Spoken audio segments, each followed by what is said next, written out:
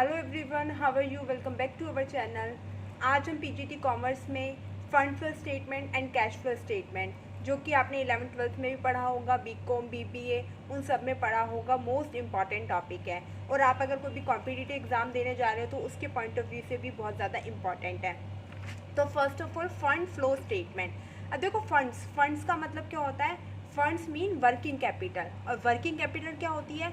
Current assets minus में current liabilities.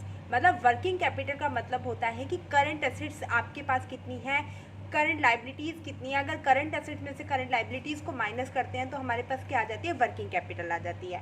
Flow का मतलब क्या होता है? Fund flow statement mean changes in working capital. A statement that is prepared on the basis of changes in working capital। Working capital में क्या change हो रहा है, आपकी करंट एसेट्स और करंट लाइबिलिटीज़ में क्या चेंज हो रहा है, उससे रिलेटेड जो स्टेटमेंट प्रिपेयर की जाती है उसे हम फंड फ्लो स्टेटमेंट कहते हैं। समझ में आ गया? देखो, फ्लो का मतलब तो चेंज, फंड्स का मतलब होता है वर्किंग कैपिटल की वर्किंग कैपिटल में क्या चेंज हो रहा है, एक फाइनेंशियल ईयर में हमारी वर्किंग कैपिटल में पर्टिकुलरली क्या चेंज हो रहा है उसको देखने के लिए हम फंड फ्लो स्टेटमेंट बनाते हैं। अब देखो, फंड फ्लो स्टेटमेंट में बेटा हम करंट एसेट्स और करंट लाइबिलिटीज़ को इंक्लूड करते हैं, क्योंकि वर्किंग कैपिटल का मतलब भी वर्किंग कैपिटल में करंट एसेट्स और करंट लाइबिलिटीज़ को कंसिडर किया जाता है। ठीक है बच्चे, देखो, transaction date increase working capital into the enterprise और एप्लीकेशन ऑफ फंड। देखो, जो फंड फ्लो स्टेटमेंट होती है उसमें एक कॉलम होता है सोर्सेज ऑफ फंड का और एक होता है एप्लीकेशन ऑफ फंड का। सोर्सेज ऑफ फंड जहाँ से हमें फंड मिल रहे हैं, एप्लीकेशन ऑफ फंड्स का मतलब है यूजेज ऑफ फंड, जहाँ पे हमने फंड्स को यूज़ किया है, और सोर्सेज ऑफ फंड जिससे हमने फंड्स को रिसीव किया है। तो transaction date increase working capital, ऐसी ट्रांजेक्शन जो कि हमारी वर्किंग कैपिटल को एक एंटरप्राइज में इंक्रीज करती है, वो हमारी क्या होती है? एप्लीकेशन ऑफ फंड, वो हमारी क्या होती है? फंड्स की एप्लीकेशन होती है। On the other hand, if the working capital decreases, अगर हम वर्किंग कैपिटल हमारी कम हो रही है तो इसका मतलब वो क्या है? हमारे सोर्स ऑफ फंड है। अगर आपकी वर्किंग कैपिटल बढ़ रही है तो वो एप्लीकेशन ऑफ फंड में लिखा जाएगा, और वर्किंग कैपिटल डिक्रीज हो रही है तो आपके सोर्स ऑफ फंड में लिखा जाएगा। अब देखिए, सबसे पहले तो मैं आपको बताना चाहूँगी, जो फंड फ्लो मतलब वर्किंग कैपिटल में हमारा चेंज कब आता है बेटा? वर्किंग कैपिटल में जब हमारा चेंज आता है वो इन कैटेगरी में आता है जब हमारी जो ट्रांजेक्शन्स होती है, जो हमारी एंट्री होती है, वो दोनों सेम नेचर की ना हो। सेम नेचर का मतलब होता है कि जैसे मान लो अगर एक डेबिट साइड होता है, एक क्रेडिट साइड होता है, तो दोनों ही जो साइड्स होती है वो या तो करंट एसेट्स, एक मतलब करंट एसेट्स करंट लाइबिलिटी नहीं होनी चाहिए, या करंट एसेट्स दोनों ही करंट एसेट्स नहीं होनी चाहिए, या दोनों ही साइड करंट लाइबिलिटीज़ नहीं होनी चाहिए। मीन्स टू से हमारा जो फंड फ्लो है, हमारी जो वर्किंग कैपिटल है, उसमें चेंज तभी आएगा जब हमारी डेबिट साइड अगर करंट एसेट्स हो तो क्रेडिट साइड हमारी वो नॉन करंट एसेट्स हो। मीन्स टू से एक साइड हमारी करंट होनी चाहिए और एक साइड हमारी नॉन करंट होनी चाहिए, तब ही हमारी वर्किंग कैपिटल चेंज होती है, ना तो हमारी वर्किंग कैपिटल में कोई चेंज नहीं आता। देखो, the following transactions will bring the change in the working capital. कौन सी ट्रांजेक्शन है जिससे हमारी वर्किंग कैपिटल में चेंज आएगा? Current assets, non current assets, current assets, non current liabilities, current liability, non current liability, current liability, non current assets. Means तो से मैं आपको एग्जांपल से बताना चाहूँगी। मान लो आपने एक मशीनरी खरीदी, you have to purchase machinery of 10,000 for cash. आपने कैश में मशीनरी खरीदी, तो आप क्या एंट्री बनाओगे? Machinery account debit to cash account. आपने मशीनरी परचेज की है 10,000 रुपये की कैश में, तो you have to make entry machinery account debit to cash account. एक मिनट, आप क्या एंट्री बनाओगे? Machinery account debit to cash account बनाओगे। अब मशीनरी क्या है? फिक्स्ड नेचर की है, फिक्स्ड एसेट्स है, और कैश क्या है? करंट एसेट्स है। तो जब इस तरीके की जो ट्रांजेक्शन्स होती हैं, एक साइड करंट होती है, एक साइड नॉन करंट होती है, तो जब इस तरीके की ट्रांजेक्शन्स हमारी होती हैं तो इसमें हमारी क्या होता है? वर्किंग कैपिटल में चेंज आता है। वर्किंग कैपिटल में चेंज कब आएगा? जब दोनों ट्रांजेक्शन, दोनों जो डेबिट और क्रेडिट होंगे वो दोनों ही अलग होंगे। मतलब एक करंट का है तो दूसरा नॉन करंट का होगा, एक करंट एसेट्स का है तो दूसरी नॉन करंट एसेट्स लाइबिलिटी का होगा, या एक करंट एसेट्स है तो दूसरी नॉन करंट एसेट्स का होगा। ठीक है, जैसे इसमें हमने कैश में परचेज की मशीनरी, तो मशीनरी हमारी फिक्स एसेट्स है, और जो कैश है हमारा क्या है? वो करंट एसेट्स है। तो वो इस तरीके के ट्रांजेक्शन में क्या हुआ? वर्किंग कैपिटल में चेंजमेंट आया। ध्यान रखना, ये क्वेश्चन बहुत ज़्यादा कंफ्यूज करता है। ठीक है, और अगर एक मैं आपको करंट एसेट्स और नॉन करंट लाइबिलिटीज का एग्जांपल देने लग गई, if equity share are issued for cash, अगर आप शेयर्स को इशू कैश पर इशू कर रहे हो, तो जब शेयर्स को इशू कर रहे हो तो शेयर्स आपके क्या हैं, शेयर्स आपके क्या है, नॉन करंट लाइबिलिटी है, और कैश आपका क्या है, करंट एसेट्स है। तो नॉन करंट लाइबिलिटीज का करंट एसेट्स के साथ जब भी ट्रांजेक्शन्स होती है तो उससे भी हमारी फंड फ्लो स्टेटमेंट में चेंज आता है, ठीक है। उसके बाद होते हैं features of fund flow analysis. Fund flow state analysis के क्या क्या फीचर्स है। The fund flow analysis reflect the movement of fund and is report of the financial operation of the business. The statement reflect the sources, जो statement होती है fund flow analysis करने के बाद जो स्टेटमेंट हमें मिलती है, फंड फ्लो स्टेटमेंट है, वो हमें किसके बारे में बताती है, sources and application of the fund, कि कहाँ से हमारा फंड आ रहा है और कहाँ हमारा फंड जा रहा है।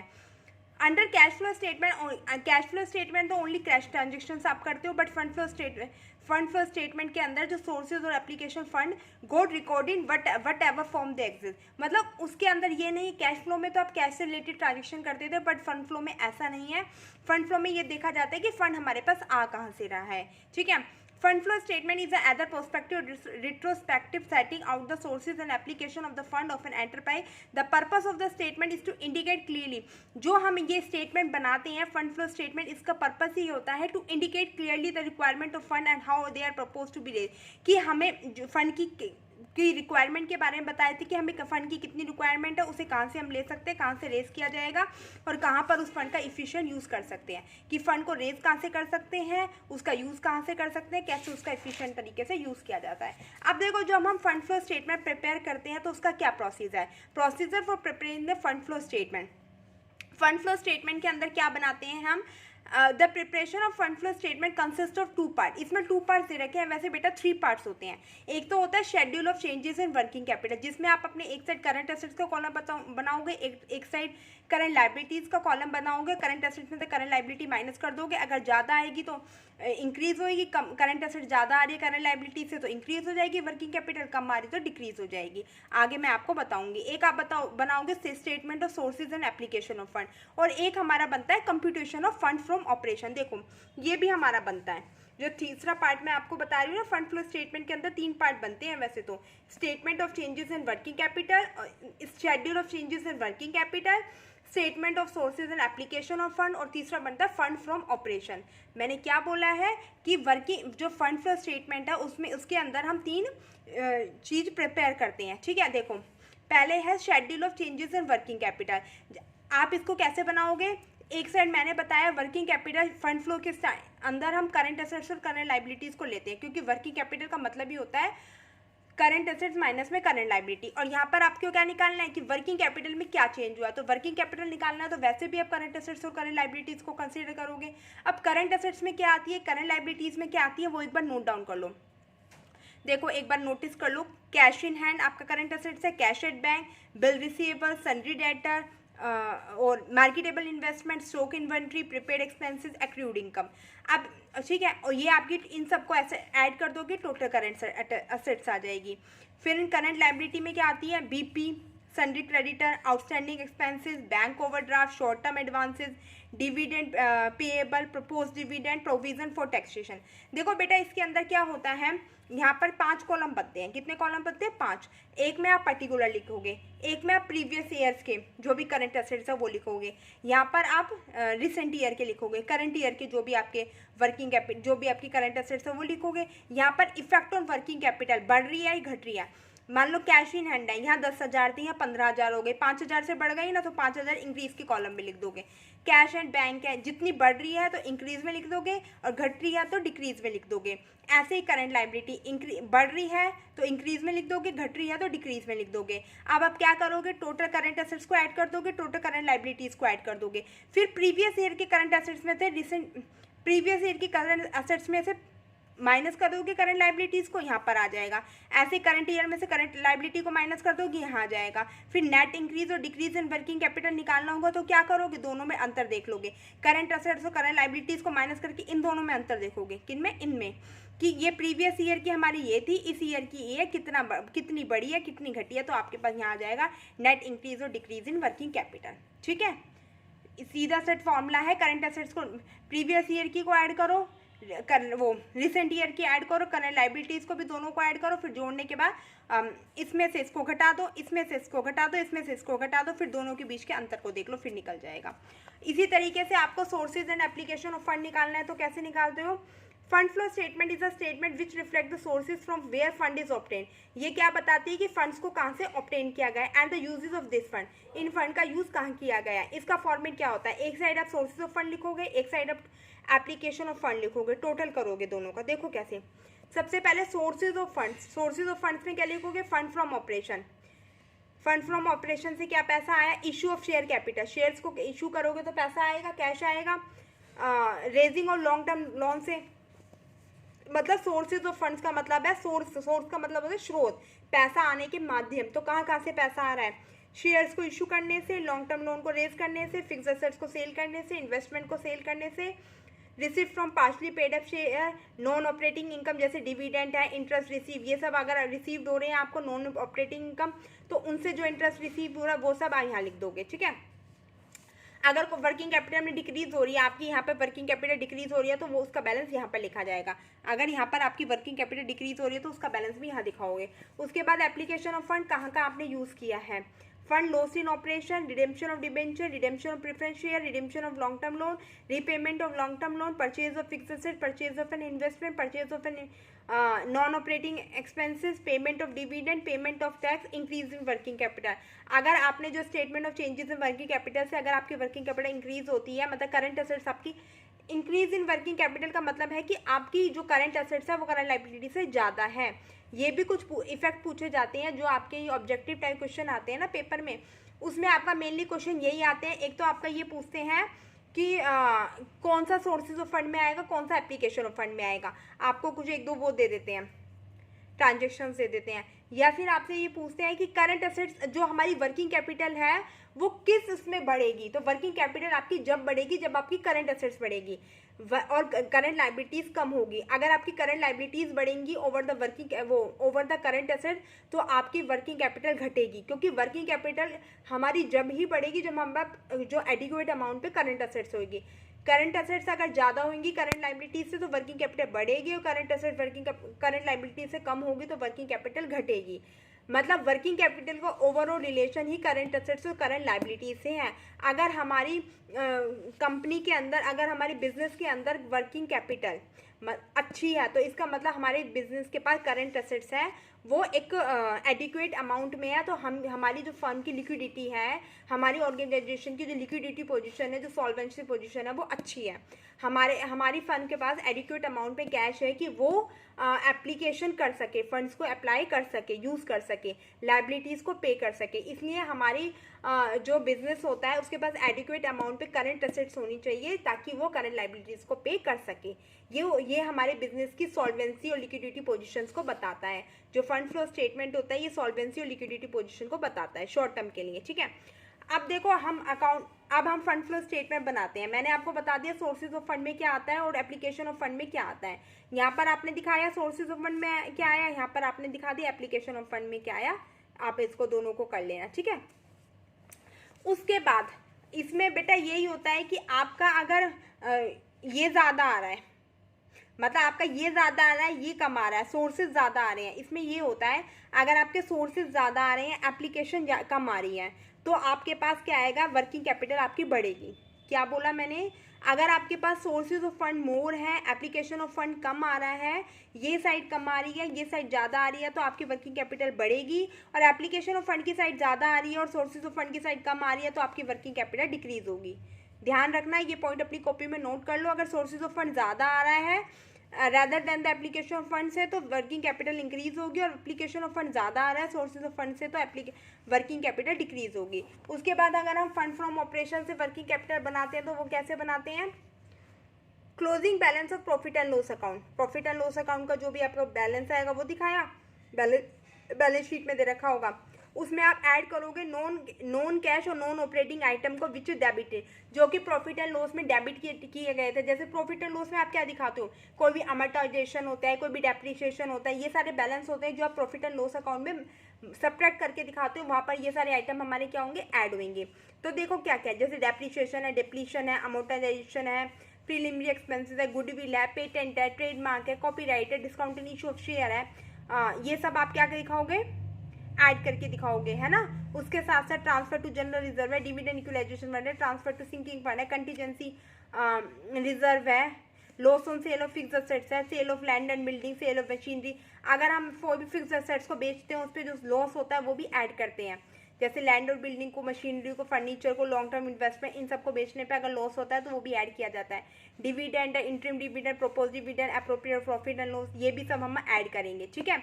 उसके बाद हमारा क्या आ जाएगा, provision for taxation if no, अगर करंट लायबिलिटीज में आपने प्रोविजन फॉर टैक्सेशन नहीं लिया तो उसको भी आप ऐड करके दिखाओगे। Other item of non cash और नॉन ऑपरेटिंग आइटम, वो भी सब आप क्या करोगे, ऐड करोगे। तो ये आपका ऐड करने के बाद किस में ऐड करोगे आप, ये इसमें ऐड करोगे, जो प्रॉफिट एंड लॉस का बैलेंस आएगा उन सब में आप इन सब चीज़ों को क्या कर दोगे, ऐड कर दोगे। उसके बाद आप क्या करोगे, माइनस करोगे नॉन कैश और नॉन ऑपरेटिंग आइटम को, जो आप प्रॉफिट एंड लॉस अकाउंट में क्रेडिट साइड दिखाते हो। डेबिट साइड वाला तो ऐड करोगे, क्रेडिट साइड वाला माइनस कर दोगे। क्रेडिट साइड में आप क्या दिखाते हो, अगर आप प्रॉफिट पे कोई भी फिक्स एसेट बेचते हो तो क्रेडिट साइड दिखाते हो ना उसके जो प्रॉफिट को, तो वो यहाँ माइनस होगा।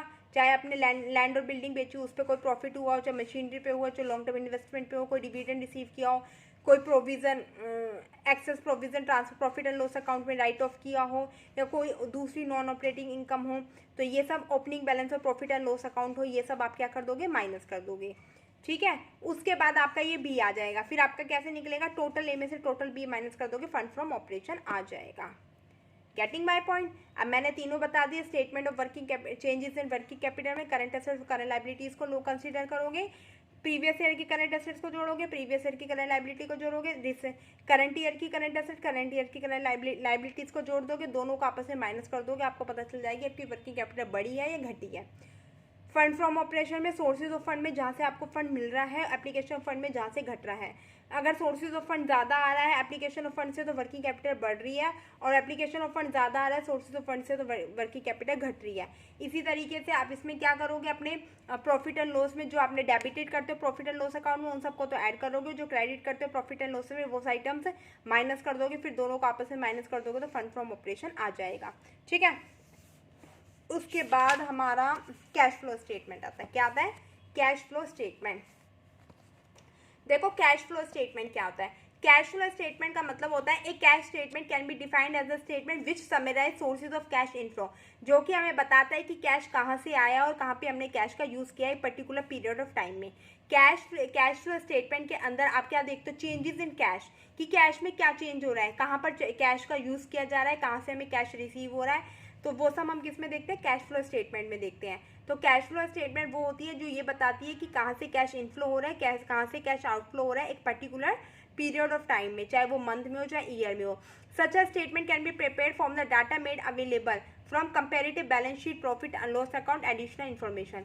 देखो कैश फ्लो स्टेटमेंट की क्या फीचर्स हैं। एक तो कैश फ्लो स्टेटमेंट उन फैक्टर्स के बारे में बताती है जिससे कि हमारी कैश की पोजीशन में चेंज आता है, ठीक है। कैश फ्लो स्टेटमेंट 3 हेड्स के अंदर बनती है। कैश फ्लो स्टेटमेंट के अंदर 3 हेड बनते हैं, cash flow from operating activity, cash flow from investing activity, cash flow from financing activity. मैं आप लोगों को एक बात बोलना चाहूँगी, अभी आपका अगर HPSC PGT की तैयारी कर रहे हो या कोई भी कॉम्पिटिटिव एग्जाम की तैयारी कर रहे हो जहाँ पे ऑब्जेक्टिव पेपर आएगा, वहाँ पे सिर्फ आप ये फॉर्मेट में ये याद रख लो कि किस में क्या चीज़ आती है। वहाँ पे बेटा इतने बड़े क्वेश्चन नहीं आएंगे, तो इतना माइंड मत लगाना कि हमारी तो बैलेंस शीट इक्वल नहीं आ रही, हमारा तो बैलेंस इक्वल नहीं आ रहा, क्या करें कहाँ, कुछ नहीं है। बस आप ये ध्यान रख लो कि इन्वेस्टिंग के अंदर कौन से आइटम्स आते हैं, ऑपरेटिंग के अंदर कौन से आइटम्स आती है, फाइनेंसिंग के अंदर कौन से आइटम आते हैं। कैश फ्लो स्टेटमेंट में इससे ज़्यादा एक भी क्वेश्चन बाहर से नहीं आएगा, मैं आपको इस चीज़ की गारंटी दे रही हूँ। बस आपको ये चीज़ ध्यान रखनी होगी कि ऑपरेटिंग, इन्वेस्टिंग और फाइनेंसिंग में कौन कौन से आइटम आते हैं। इसी तरीके से फंड फ्लो स्टेटमेंट में आपको ये याद रखना होगा कि करंट एसेट्स में हम किनको रखते हैं, करंट लायबिलिटीज़ में किनको रखते हैं। फंड फ्लो स्टेटमेंट मतलब वर्किंग कैपिटल में चेंज कब आता है, और वर्किंग कैप मतलब अगर हमारी करंट एसेट्स करंट लायबिलिटीज से ज़्यादा होती है तो वर्किंग कैपिटल इफेक्टिव होती है या नहीं होती, ये सब। इससे ज़्यादा कुछ भी नहीं आएगा। ये नहीं पूछेंगे कि फंड फ्रॉम ऑपरेशन का क्या फॉर्मेट है, वो कैसे बनाओगे, क्या कैलकुलेशन करके दिखाओ, कुछ भी नहीं आएगा, कुछ भी, ठीक है। अब मैं आपको बताती हूँ कैश फ्लो स्टेटमेंट का हम क्यों बनाते हैं।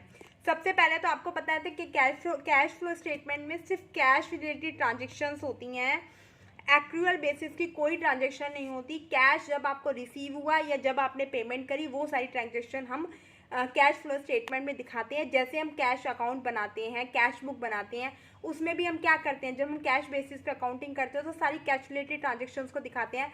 इसी तरीके से कैश फ्लो स्टेटमेंट में भी हमें जो कैश रिसीव्ड हुआ है या हमने पेमेंट की है वो सारी ट्रांजेक्शन कैश फ्लो स्टेटमेंट में दिखाई जाती हैं। कैश फ्लो स्टेटमेंट बनाया क्यों जाता है? Help in understanding liquidity and solvency. Liquidity and solvency को जानने के लिए कि हमारी फर्म की लिक्विडिटी पोजीशन कैसी है, हमारे फर्म के पास एडिक्वेट अमाउंट में कैश है या नहीं है कि वो लाइबिलिटीज़ को पे कर सके। शॉर्ट टर्म की प्लानिंग के लिए, कैश मैनेज करने के लिए कि कितना कैश पड़ा है, कितनी कैश की रिक्वायरमेंट है। रीज़न फॉर कैश पोजीशन, ठीक है। फिर कैश फ्लो स्टेटमेंट की कुछ लिमिटेशंस भी होती हैं। सबसे तो नेट नॉन कैश ट्रांजेक्शन्स को इग्नोर करता है। मैंने आपको बताया एक्रूअल बेसिस की जो भी ट्रांजेक्शन्स होती हैं, जो भी नॉन कैश ट्रांजेक्शन्स होती हैं, उनको इग्नोर किया जाता है। हिस्टोरिकल नेचर में होता है, नॉट अ सब्सटीट्यूट। ये कोई आपसे एक क्वेश्चन पूछा जा सकता है, ये पूछा भी जाता है कि क्या cash flow statement income statement का सब्सटीट्यूट है? No, cash flow statement is not a substitute of the income statement. Fundamental accounting concept को इग्नोर किया जाता है, ठीक है। कैश फ्लो स्टेटमेंट के अंदर 3 एक्टिविटीज़ आती है, operating activities, investing activities, financing activity. ये ध्यान से रखना कि ऑपरेटिंग में कौन सी एक्टिविटी आती है, इन्वेस्टिंग में कौन सी आती है और फाइनेंसिंग में कौन सी आती है। अभी मैं आपको टिप्स से लर्न करवा दूंगी, आपको रटने की कोई भी ज़रूरत नहीं है। आगे आप पढ़ते रहो, मैं आपको टिप्स से लर्न करवा दूंगी कौन सी ऑपरेटिंग में आएगी, कौन सी इन्वेस्टिंग में, कौन सी फाइनेंसिंग में।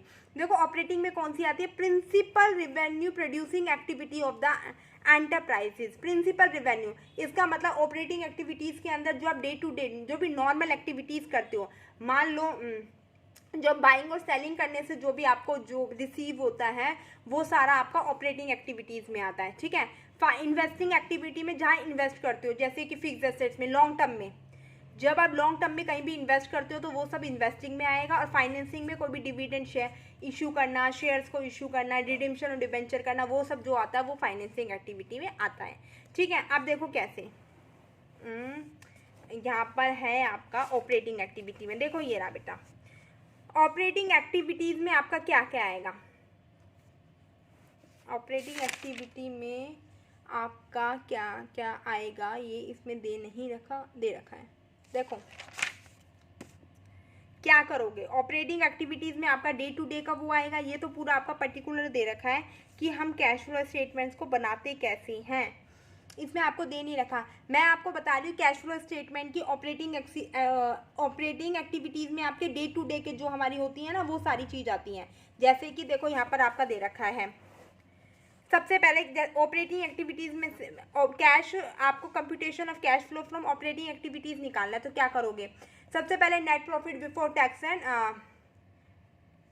एंड एक्स्ट्रा ऑर्डिनरी आइटम वो निकालोगे, नेट प्रॉफिट निकालोगे। कैसे, difference in the closing and opening balance of statement और प्रॉफिट एंड लॉस अकाउंट, वो जहाँ दिखा दोगे। फिर ऐड करोगे इसमें propose dividend for the current year के प्रोपोज डिविडेंड को ऐड करोगे।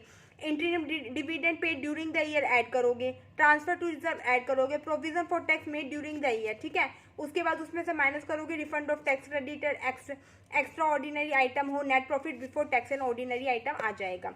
उसके बाद इसके अंदर आप क्या करोगे, डेप्रिसिएशन है, इन सबको ऐड करोगे। जो मैंने आपको पीछे भी बताया था, जो आपकी नॉन ऑपरेटिंग आइटम्स होते हैं, नॉन ऑपरेटिंग इनकम होती है, उनको आप क्या करोगे, ऐड करोगे।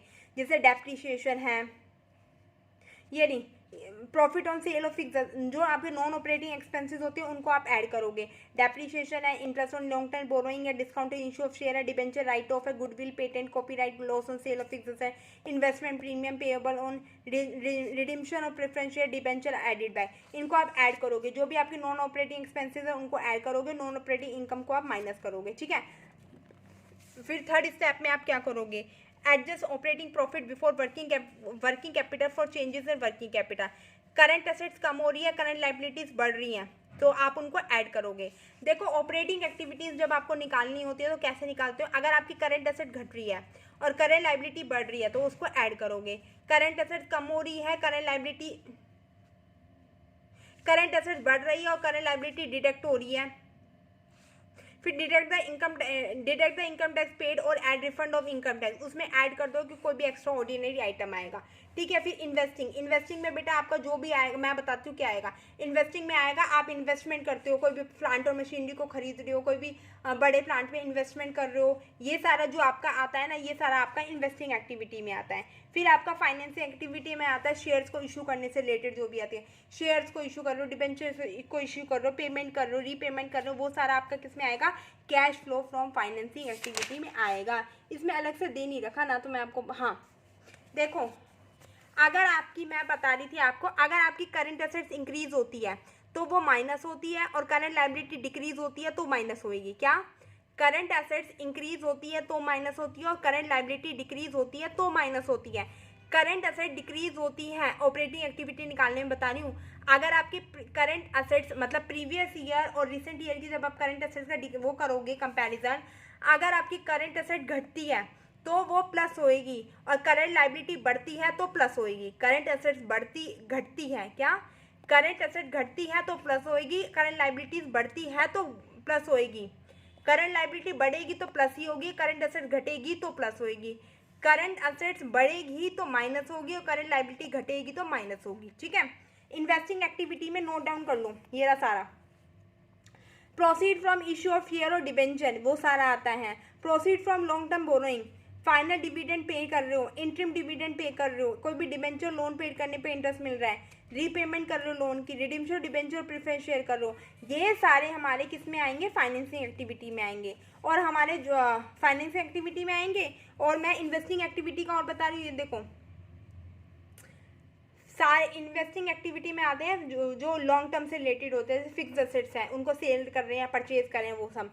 Proceed from sale of fix asset, proceed from sale of investment, proceed from sale of intangible asset, purchase of fix asset, purchase of investment, जो ये सब आएंगे ये सब हमारी इन्वेस्टिंग एक्टिविटी में आएंगे। मैं आपको बता देती हूँ इन शॉर्ट, ऑपरेटिंग एक्टिविटी में जो भी आप डे टू डे के कर रहे हो, ऑपरेटिंग जो आपसे बिजनेस से रिलेटेड होते हैं वो सारे ऑपरेटिंग में आएंगे, और जो लॉन्ग टर्म एसेट से रिलेटेड होते हैं जैसे कि फिक्स एसेट्स को खरीदना बेचना, ये सब आपके इन्वेस्टिंग में आएंगे। और फाइनेंसिंग में आपके शेयर इशू, डिविडेंड, डिबेंचर, इन सब से रिलेटेड जो ट्रांजेक्शन आएंगी वो सब फाइनेंसिंग में आएंगी।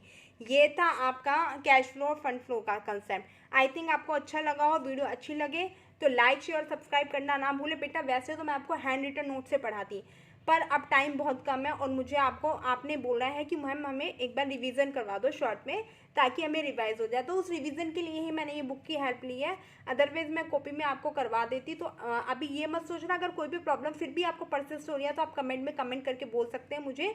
बाकी मैंने आपको इसमें बता दिया, जो शॉर्ट में जो आएंगे इतना हुआ मत बनाओ, कोई बेटा न्यूमेरिकल तो आना नहीं है, ये आना है कि कौन सी ऑपरेटिंग है, कौन सी इन्वेस्टिंग है, कौन सी फाइनेंसिंग है, वो आप पहचान सकते हो, ठीक है। ऐसे फंड फ्लो स्टेटमेंट कुछ हुआ मत बनाओ। अगर फिर भी कोई प्रॉब्लम है तो मुझे पूछ लेना कमेंट करके, और जिस टॉपिक की भी आपको वीडियो चाहिए कमेंट में कमेंट करके बोल दीजिए, मैं आपको प्रोवाइड करूँगी before exam. This is your shorty. पर मैं एक चीज़ बोलना चाहूँगी कि हो सकता है कि आप मुझे आज बोलो, मैं 2 दिन बाद आपको दे पाऊँ, क्योंकि बहुत सारी आपकी डिमांड होती है और मुझे थोड़ा लैक ऑफ टाइम, क्योंकि देखो घर भी देखना होता है, सब कुछ, मेरी खुद की भी स्टडी होती है, तो उस वजह से मैं ऑन टाइम आपको नहीं दे पाती। बट मैं दूंगी जरूर बिफोर एग्जाम, मतलब 3-4 दिन पहले मैं मैराथन देना बंद कर दूंगी। पर अभी है आपके पास टाइम तो मैं इतने आपको मैराथन क्लास देती रहूँगी। और सब्सक्राइब करो बेटा, आप कुछ शेयर ही नहीं कर रहे, सब्सक्राइब ही नहीं कर रहे, मैं आपसे कुछ मांग थोड़ी ना रही हूँ, बस आप सब्सक्राइब कर दो। आप बस शेयर कर दो अपने फ्रेंड्स के साथ, उनका मन होगा तो सब्सक्राइब कर देंगे, नहीं करेंगे बस आप शेयर कर दो अपने फ्रेंड्स के साथ। Okay, have a nice day, God bless you.